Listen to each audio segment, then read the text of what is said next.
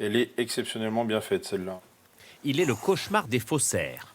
Plus de 100 000 bouteilles de grand vin passent entre les mains de cet expert chaque année avant d'être vendues aux enchères. Ici, 2 bouteilles de Romanée Conti, estimées à 15 et 10 000 euros, lui semblent suspectes. Elles ne vont pas résister longtemps à son analyse. Je vais prendre une loupe électronique qui permet de grossir jusqu'à 600 fois les étiquettes. Il compare les bouteilles avec des photographies originales à gauche ici sur son écran. Là, on voit que la qualité de l'impression est granuleuse. La couleur n'est pas tout à fait conforme à ce qu'elle devrait être en 99.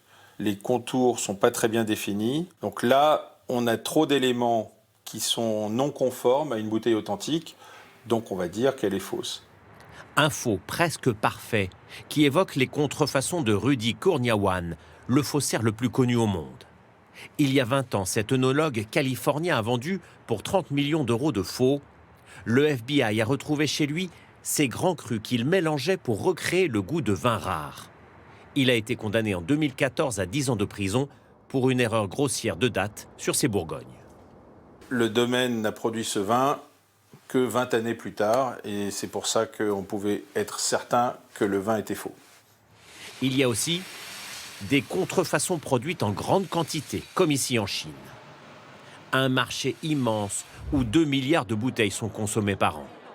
Les contrefaçons y sont grossières. Nous nous sommes rendus dans le centre du pays. Cet œnologue a repéré une étrange bouteille ressemblant à un grand cru de Bordeaux dans un salon professionnel. L'étiquette du vin ressemble vaguement à celle d'un Lafite Rothschild. D'ailleurs, ici, c'est marqué Lafite. Mais derrière, vous voyez, ce n'est pas Rothschild. Ça évoque juste le nom. Évidemment, ce n'est pas le goût d'un vrai Lafite. Ça ressemble plutôt à du vin de table. Un amateur éclairé ne s'y laisserait pas tromper. Sur la fausse bouteille, ici à gauche, le dessin du château est différent de celui de la vraie, à droite. L'appellation contrôlée, Bordeaux, ne correspond pas à l'authentique, Pauillac. Même le prix n'a rien à voir. 30 € pour la fausse bouteille, 7 000 € pour la vraie. L'arnaque vise le grand public. Les consommateurs chinois ont déjà entendu parler du Lafite. Ils ne savent pas comment choisir un bon vin. Donc ils se disent, si c'est du Lafite, c'est du Bordeaux, ça fera un bon cadeau. Contacté, le château Lafite Rothschild n'a pas souhaité réagir. Il est le domaine le plus vendu et le plus copié en Chine.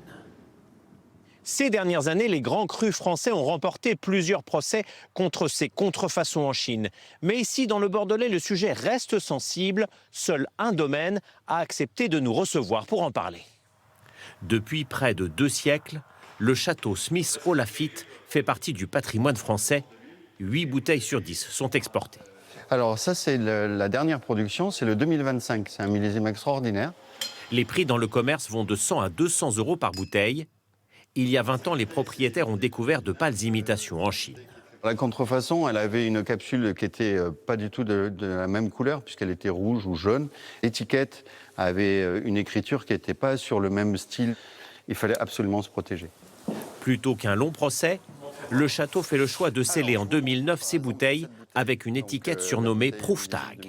Un Proof Tag, c'est ce qui est collé à la capsule et collé à la bouteille. Donc si vous essayez de le décoller, vous allez forcément enlever la capsule. En scannant l'étiquette, le client peut vérifier l'authenticité de sa bouteille. Une deuxième sécurité se trouve dans le moulage du verre. Les gens qui achètent la bouteille de Smith Lafite savent qu'aujourd'hui, il y a marqué SHL au fond de la bouteille. Ces précautions sont récentes. Pour les grands crus très anciens, ce laboratoire de l'Université de Bordeaux est l'ultime recours en cas de procès. Ce millésime réputé de 1947 est placé dans un spectromètre gamma qui va mesurer, tenez-vous bien, la radioactivité du vin. Le rayonnement va traverser le verre, va aller directement dans le détecteur. Le vin peut rester dans la bouteille, c'est tout l'intérêt de la méthode. Le phénomène est peu connu. Les retombées des essais nucléaires se retrouvent en quantité infime dans le vin sans danger pour la santé. La concentration en césium suit l'histoire du monde. Nulle avant 1950, elle augmente durant la guerre froide jusqu'à ce pic. Elle diminue ensuite quand les essais deviennent souterrains, jusqu'à la catastrophe de Tchernobyl en 1986. Dans le cas présent, du césium apparaît à l'écran. Impossible en 1947. Vraisemblablement, c'est une bouteille qui a peut-être été récupérée et remplie avec un vin qui a été fait après. Le millésime annoncé était pas correct. La bouteille la plus précieuse qui a subi ce test, un Lafite du XVIIIe siècle, avait été vendue 150 000 € à un milliardaire américain. Elle aussi s'est révélée être une contrefaçon.